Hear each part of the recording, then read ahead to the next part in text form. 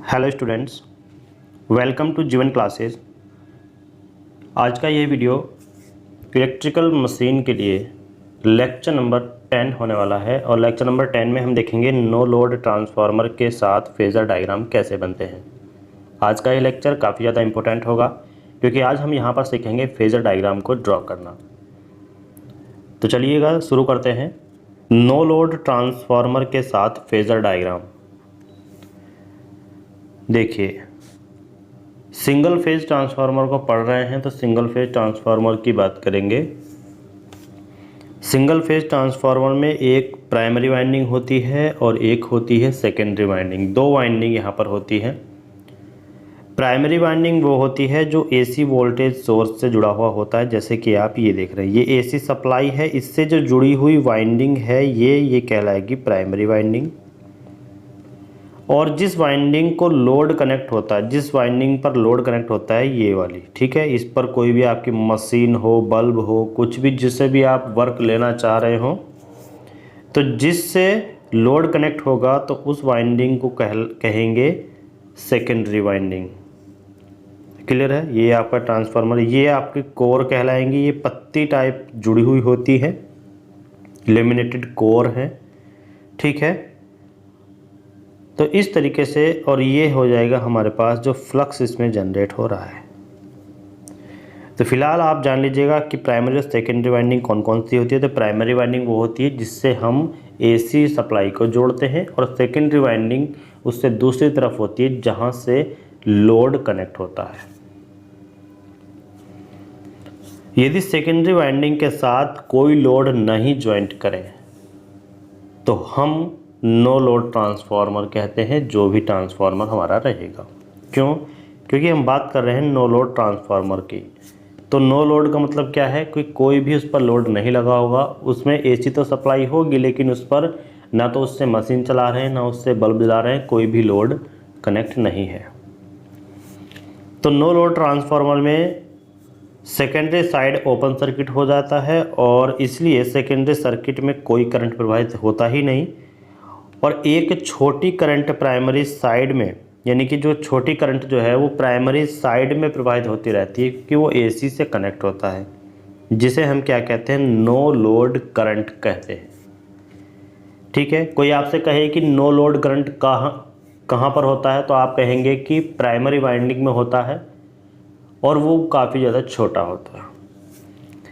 और इसे हम कैसे IA से निरूपित करते हैं, तो इस नो लोड करंट में दो कंपोनेंट होते हैं। कौन कौन से? पहला कंपोनेंट होता है मैग्नेटाइजिंग कंपोनेंट और दूसरा होता है वर्किंग कंपोनेंट।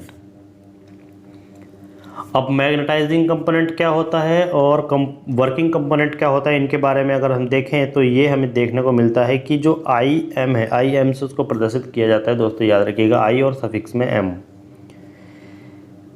ये जो कंपोनेंट है मैग्नेटाइजिंग कंपोनेंट, इसे कहा जाता है क्योंकि यह वास्तव में ट्रांसफार्मर कोर को मैग्नेटाइज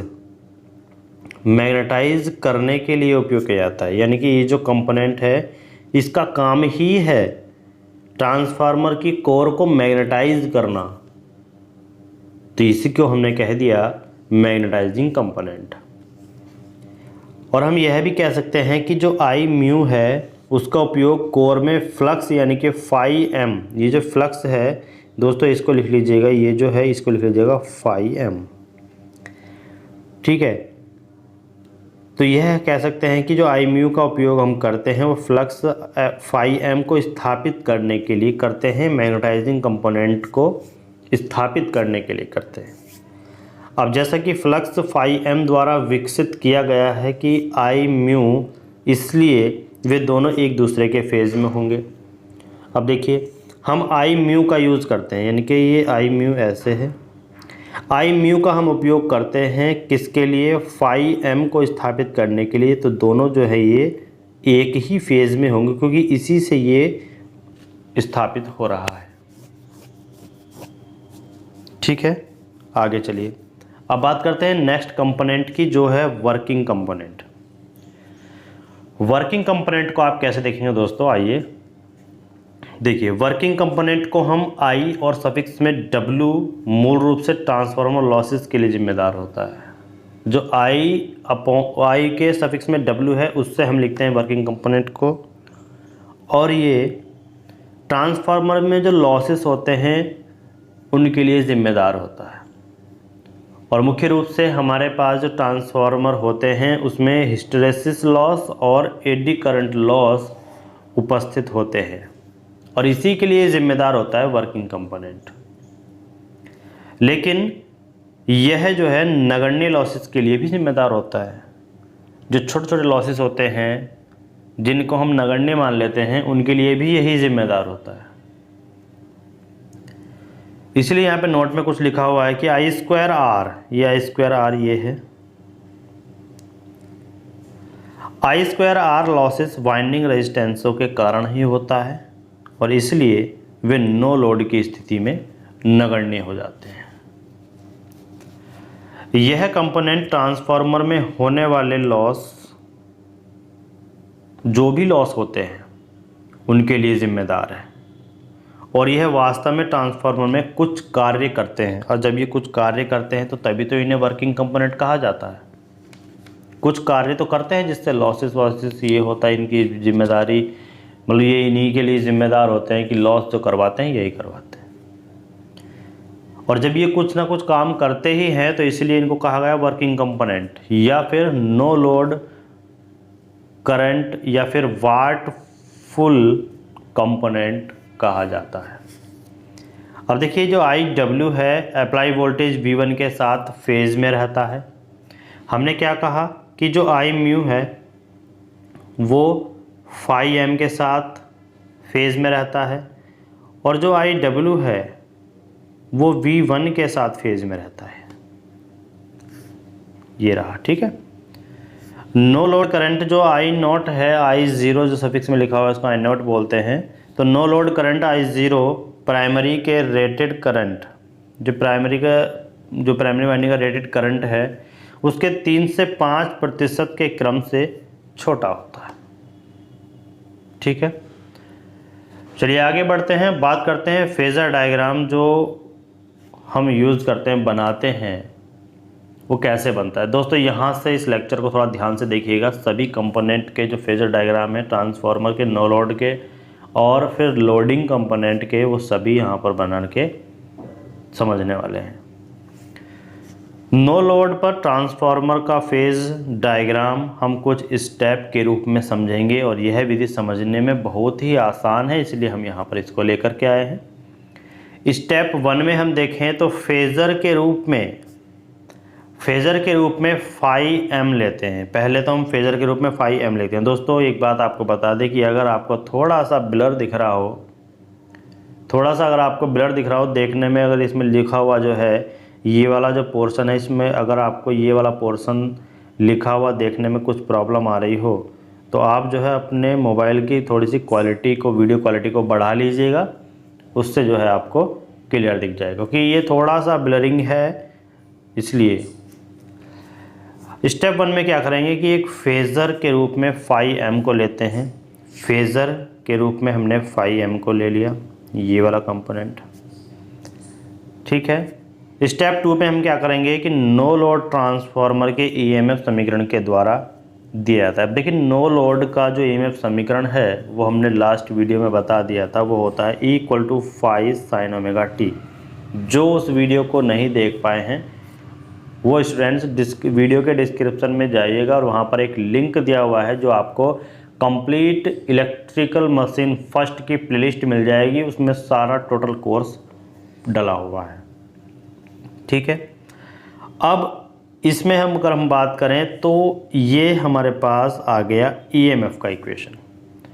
अब ये जो लाइन होगी वो EMF की ही होगी। दूसरी, जब हम EMF की बात करेंगे तो इसमें 2 EMF होंगे, एक होगा E1 और एक होगा E2, क्योंकि एक प्राइमरी वाइंडिंग के लिए, एक सेकेंडरी वाइंडिंग के लिए, और दोनों ही क्या होंगे, एक दूसरे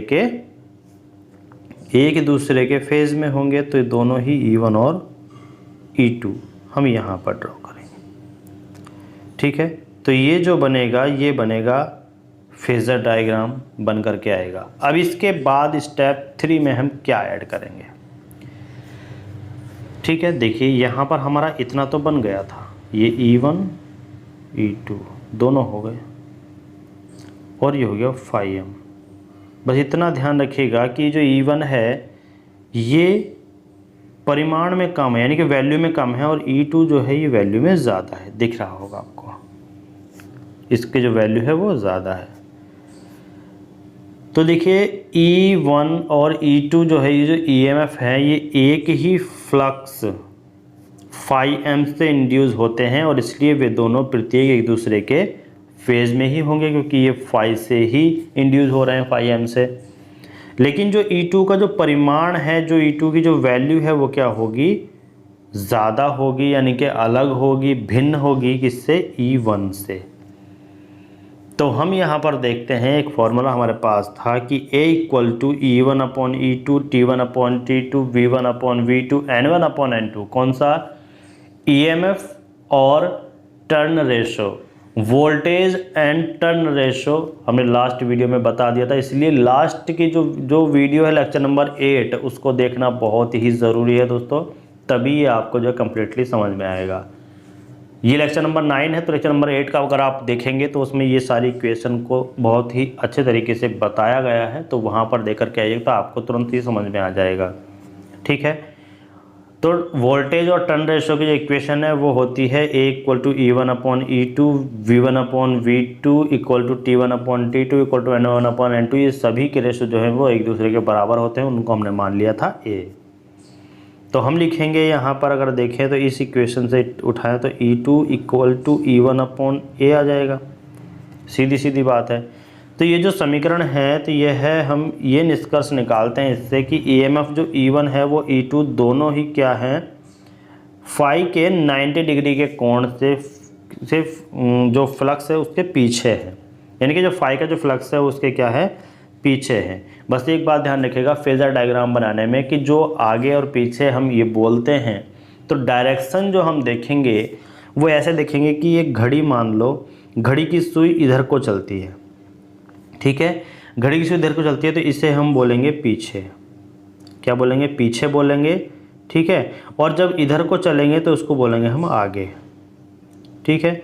तो हमने जब देखा कि जो phi है, इस phi से देखेंगे तो phi से जब हम इधर को चले तो क्लॉकवाइज घड़ी की दिशा में है, तो ये हमने क्या बोला कि 90 डिग्री कितना है, पीछे है। देखिए 90 डिग्री पीछे है।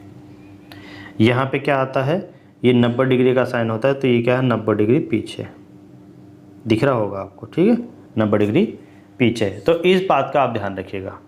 अब हम आगे अगर बढ़ें तो स्टेप नंबर 3 में देखिए क्या कहते हैं कि जो प्राइमरी वाइंडिंग है उसमें वोल्टेज ड्रॉप की स्थिति में बहुत नगण्य है, लेकिन वोल्टेज ड्रॉप की स्थिति भी हमें दिखानी पड़ेगी, तो इसलिए हम उनकी अपेक्षा कर सकते हैं कि E1 अप्लाई वोल्टेज V1 के बराबर होगा। क्यों, क्योंकि हमने देखा था कि जो टर्न रेशो और वोल्टेज रेशो और EMF रेशो का जो इक्वेशन है वो क्या होता है, E1/E2 होता है इक्वल टू V1/V2 होता है और इक्वल टू N1/N2 होता है। ये आप ध्यान रखिएगा, ठीक है। इसको हम देखते हैं, तो यहाँ पर हम देखेंगे कि V1 जो है वह अप्लाई वोल्टेज है और ये जो है E1 के बराबर होगा, और लेंज के नियम के अनुसार यह अप्लाई वोल्टेज के विपरीत हो जाएगा। तो जब हमने E1 और E2 यहाँ पर ड्रॉ किए थे तो सीधी सीधी बात है हम उसके विपरीत में V1 यहाँ पर ड्रॉ करेंगे, और ये क्या है, ये है हमारे पास अप्लाई वोल्टेज। क्या है दोस्तों, अप्लाई वोल्टेज है। क्लियर, चलिए आगे बढ़ते हैं। और ये किसके थ्रू हुआ, ये हुआ लेंज के नियम के अनुसार, याद रखिएगा। स्टेप नंबर 4 में देखिए हमें पता है कि जो I म्यू है फ्लक्स phi m के साथ फेज में है। हमने क्या कहा था कि जो I म्यू है वो फ्लक्स phi m के साथ फेज में होगा, ठीक है। और एक बात और कही थी कि जो ये हमने देखा था यहाँ पे कि जो IW है वो V1 के साथ फेज में होगा, ठीक है। IW जो होगा वो V1 के साथ फेज में होगा, यानी कि IW जो होगा वो V1 के साथ फेज़ में होगा, ये आप ध्यान रखिएगा। तो जब आई म्यू फाई एम के साथ फेज़ में है तो फाई एम के ही लाइन पर इसको ड्रॉ करना होगा, क्योंकि एक ही फेज़ में, देखिए अगर सेम फेज़ में है तो उसी लाइन पर उसको भी ड्रॉ कीजिएगा जिसके साथ वो फेज़ में है। तो इसका मतलब ये है कि आई डब्ल्यू जब यहाँ पर ड्रॉ होगा तो हम साफ साफ कह सकते हैं कि जो आई डब्ल्यू है वो यहाँ पर ड्रॉ हो जाएगा जब आई म्यू यहाँ पर ड्रॉ है। क्यों? क्योंकि आई म्यू जो है वो फाई एम के साथ फेज़ में है और आई डब्ल्यू जो है वो V1 के साथ फेज़ में है। तो यहाँ पर देख लीजिएगा, ये वही किया कि आई म्यू और आई डब्ल्यू को अगर हम ले लें दोनों को, तो आई म्यू जो है फाई एम के साथ फेज़ में है और आई डब्ल्यू जो है वो V1 के साथ फेज़ में है। तो आई डब्ल्यू यहाँ पर आ जाएगा। तो जब हम इसको दोनों को मिलाएंगे और यहाँ पर एक परिणामी ड्रॉ करेंगे तो हमें इस तरीके से कुछ मिलेगा। ठीक है, उसके बाद अब हम बात करते हैं रियल फेज़र डायग्राम जो हमें प्राप्त होता है इन चारों स्टेप से बन करके, वो यह होगा। और ये जो परिणामी है ये प्राप्त होगा, ये कहलाएगा आई नोट, और आई नोट कहलाएगा हमारे पास no load current, no load current. ठीक है, अब देखिए जो हमारे पास आई डब्ल्यू है उससे एक एंगल बनाएगा ये आई नॉट, ये कहलाएगा हमारे पास फाई नॉट। ठीक है, जो कहलाएगा no load flux angle. Clear है? तो ये होता है फेज डायग्राम।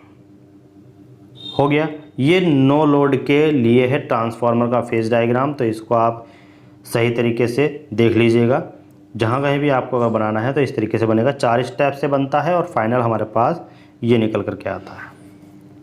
क्लियर है? आगे चलिए, अब फेजर डायग्राम के कुछ परिणाम जो है हम देखते हैं। तो यहाँ से अगर हम आई डब्ल्यू देखें, देखिए आई डब्ल्यू कैसे निकालेंगे, इस कंपोनेंट को निकालें तो देखिए हमें पता है कि ये इस तरीके से है, ये बन रहा है फाई 0। तो हमें सब पता है कि जो आई नॉट है वो अगर हम इस कंपोनेंट पे लेंगे तो इस कंपोनेंट के साथ एंगल जुड़ा हुआ है, तो सीधा सीधा क्या आएगा, I nought cos theta. I mu की बात करें तो आई म्यू यहाँ पर है। अब देखिएगा आई म्यू यहाँ पर है, तो हम यहाँ पर आई म्यू की बात करें तो इसको ध्यान रखिएगा, ये I mu I nought sine theta आएगा, आई नॉट साइन थीटा, याद रखिएगा, sine phi nought, I nought sine phi nought, क्योंकि जो आई म्यू है इसके साथ निकालेंगे तो यहाँ पर आ जाएगा ये साइन फाई नॉट।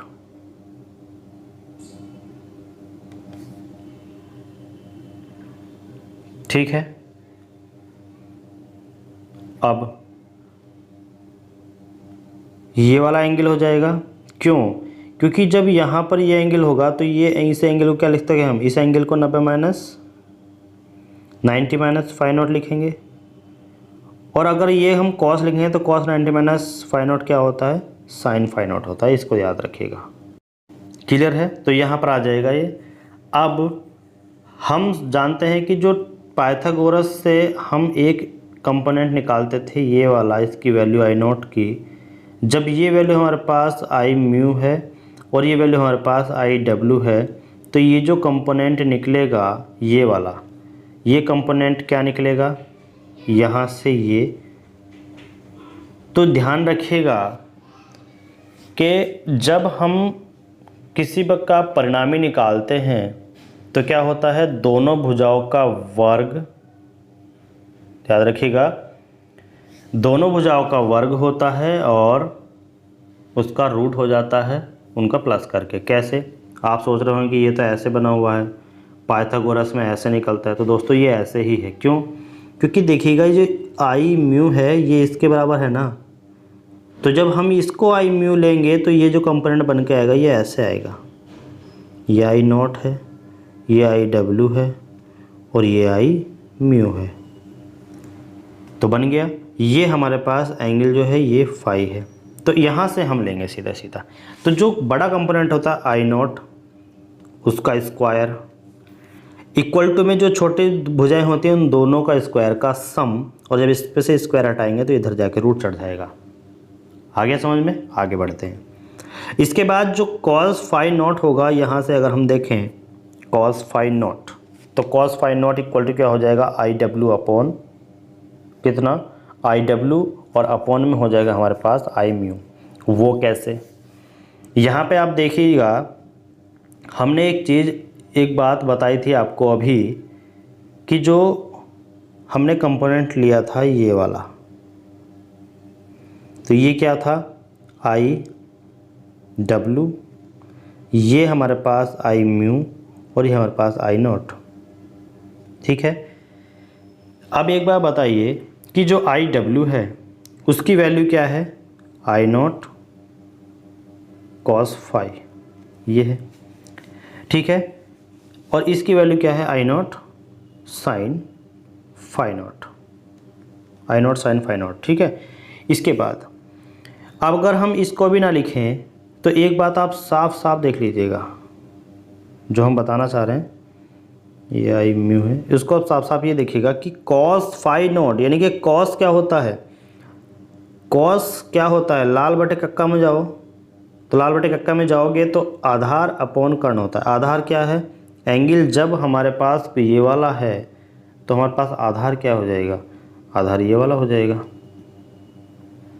ठीक है, और कर्ण क्या हो जाएगा, कर्ण ये वाला हो जाएगा। ठीक है, उसके बाद अगर हम एंगल यहाँ पर देखें तो ये जो है हमारे पास ये अब की बार आधार हो जाएगा और ये अब की बार कर्ण हो जाएगा। क्लियर है, अब यहाँ पर हम साफ साफ देख सकते हैं कि जो भी हमारे पास वैल्यू है कॉस फाई नॉट की कैसे निकालें।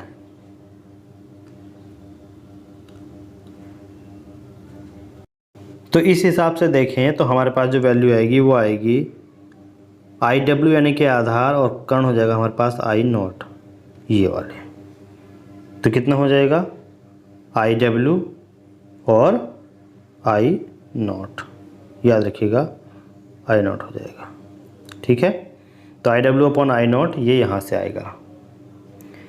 अब जैसा कि कोण हमारे पास फाई नॉट है तो हमारे पास जो पावर फैक्टर है वो कॉस फाई होगा। पावर फैक्टर का मतलब क्या है कि जो भी हमारे पास सप्लाई वाला वाइंडिंग है उसके साथ cos phi naught power factor हो जाएगा। तो हम जो फॉर्मूला लिखेंगे कोर लॉसेस के लिए वो फॉर्मूला हमारे पास ये बन जाएगा, ध्यान रखिएगा इसको।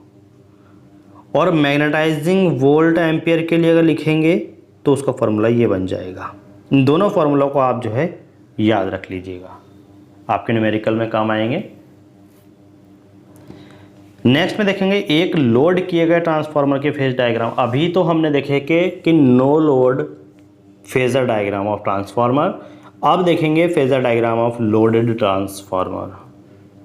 ठीक है, तो वाइंडिंग और एम्पियर टर्न बैलेंस में वोल्टेज ड्रॉप की अपेक्षा neglecting voltage drop in the winding and ampere turn balance, इसको हम देखने वाले हैं। तो ज़रा थोड़ा सा ध्यान से पढ़िएगा दोस्तों, क्योंकि यहाँ पर बहुत ही बारीकी से हम इसको समझने वाले हैं। क्योंकि ट्रांसफार्मर के दोनों टर्नों में वोल्टेज जो है वो कम होता है, और जब वोल्टेज कम होता है तो हम कह सकते हैं कि जो V1 है वो E1 के बराबर होगा, और V1 E1 इक्वल टू कितना माना जाएगा, नेगलेक्ट यानी कि 0, इसको नेगलेक्ट कर दिया जाता है। क्लियर है।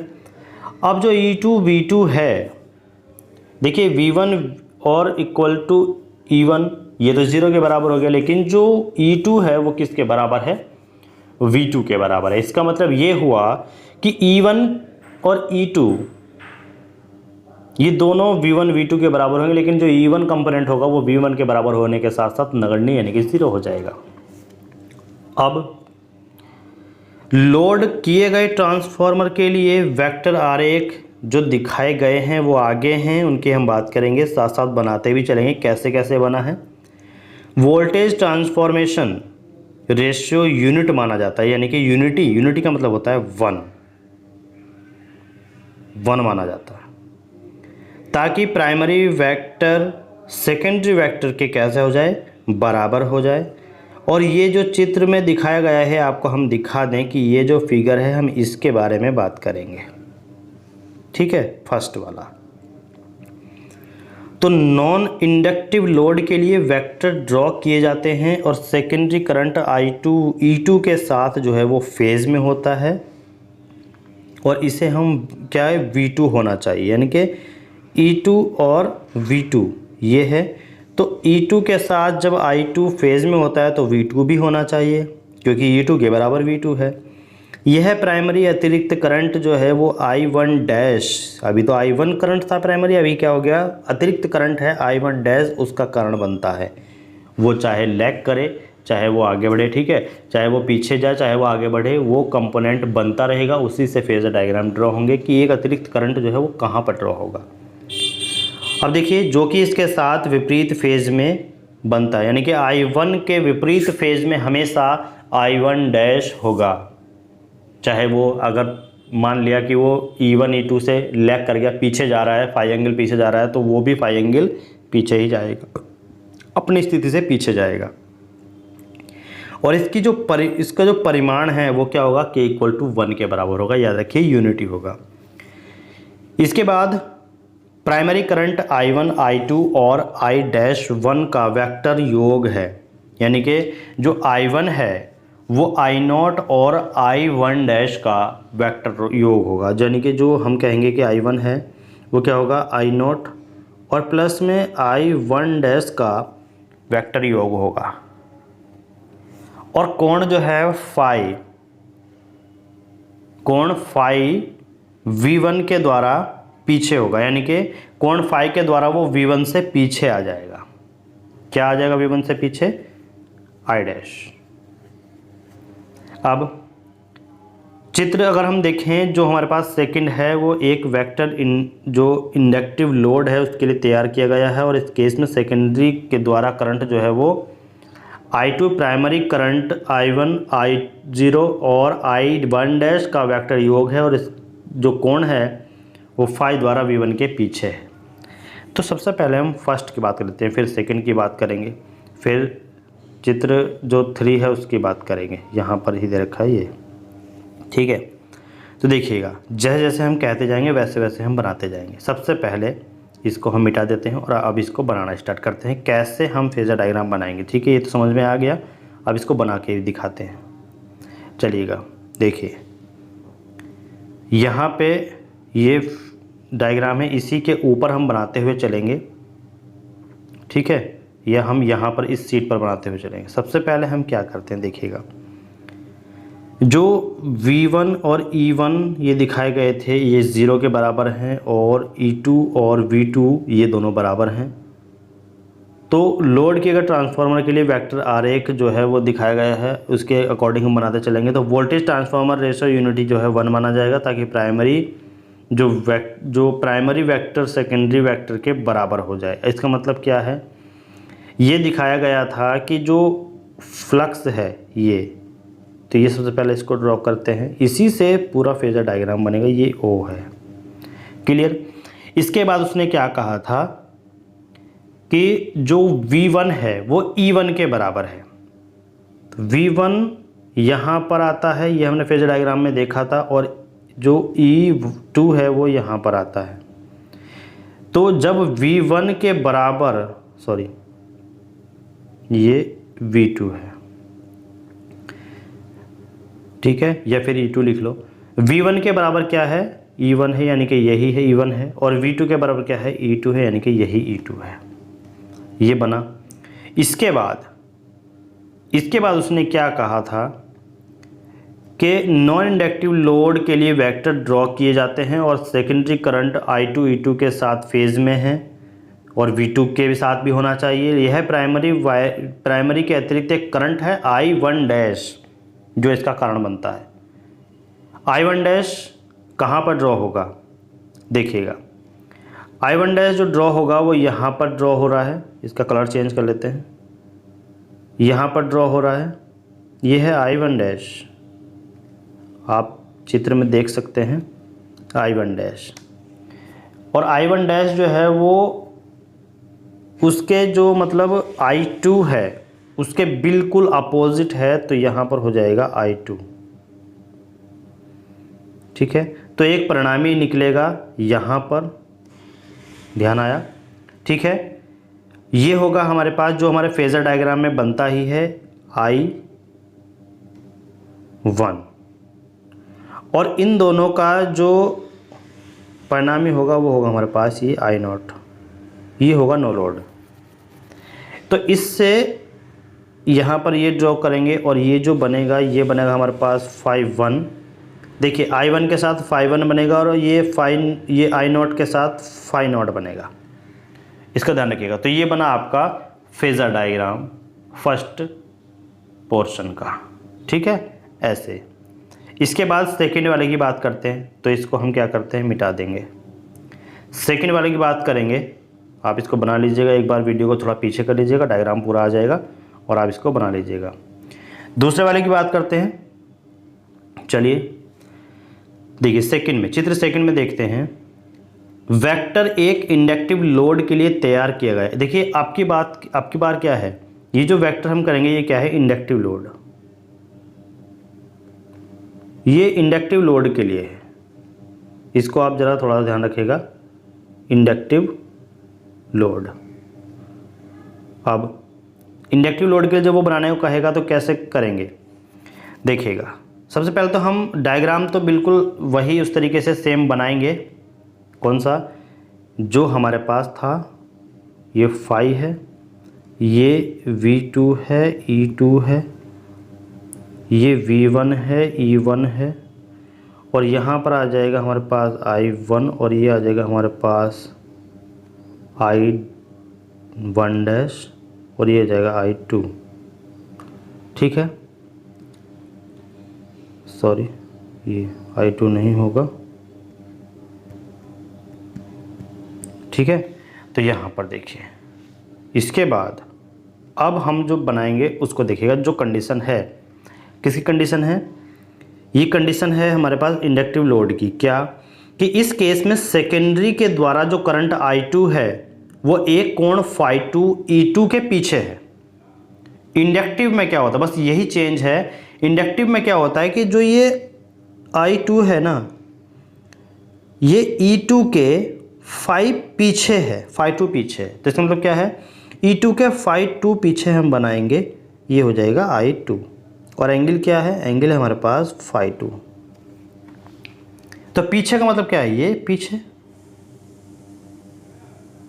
तो पीछे यानी कि इस साइड में बन जाएगा, ठीक है।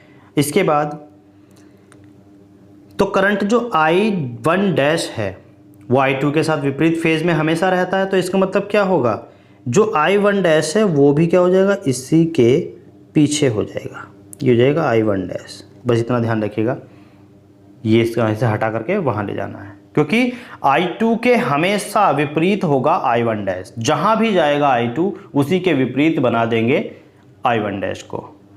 तो अब की बार ये डायग्राम बन जाएगा। इसके बाद आप देखिएगा, लेकिन इसके परिणाम के बराबर होगा। अब यहाँ पर ये देखिएगा कि जितना ये पीछे जाएगा, जितना ये पीछे जाएगा, तो जब ये उसी के बराबर है I1, तो ये भी तो उतना ही पीछे जाएगा। ये एंगल कितना हो जाएगा, ये वाला एंगल, ये भी φ2 हो जाएगा। अब लेकिन एक बात ध्यान रखिए कि जो हमारे पास एंगल थे, एक तो था I1 के साथ φ1, एक था I0 के साथ φ0, ये दोनों एंगल सेम ही रहेंगे, यानी कि यहाँ से यहाँ तक और यहाँ से यहाँ तक का एंगल, ये हो जाएगा I0। यहाँ से यहाँ तक एंगल और यहाँ से यहाँ तक एंगल दोनों सेम रहेंगे, बाकी सब सेम है। बस ये हमें क्या करना है कि हमें I2 को पीछे हटता हुआ दिखा देना है और I2 के सामने I1 बना देना है। जितना I2 एंगल पीछे हटेगा उतना ही V1 से I1 पीछे हट जाएगा, ठीक है। ये इंडक्टिव लोड के लिए था। अब आगे आता है कैपेसिटिव लोड।